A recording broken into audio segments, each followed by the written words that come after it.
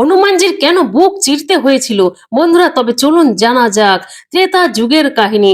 ত্রেতা যুগে ভগবান শ্রীরাম যখন মাতা সীতাকে নিয়ে এসেছিল লঙ্কার থেকে, আনন্দে আত্মহারা হয়ে সবাইকে উপহার দিয়েছিল, তখন মাতা সীতারানী একটি গলার মালা খুলে বজরংবলীকে উপহার দিয়েছিল।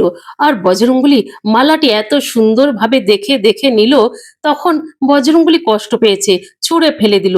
আর তখন বজরংবলীকে লক্ষণ ভাই বলল, কেন বজরংবলী, তুমি এই মালাটি ছিঁড়ে ফেলে দিলে? তখন বজরংবলী বলল, হে লক্ষ্মণ ভাই, এই মালায় যে ভগবান শ্রীরাম আমার প্রভু নেই, আমি তো দেখতে পাচ্ছি না। তখন ভাই লক্ষ্মণ বলল, কেন, মাতা সীতারানী এত সুন্দর উপহার দিয়েছে, তুমি তাকে তাচ্ছিল্য করলে?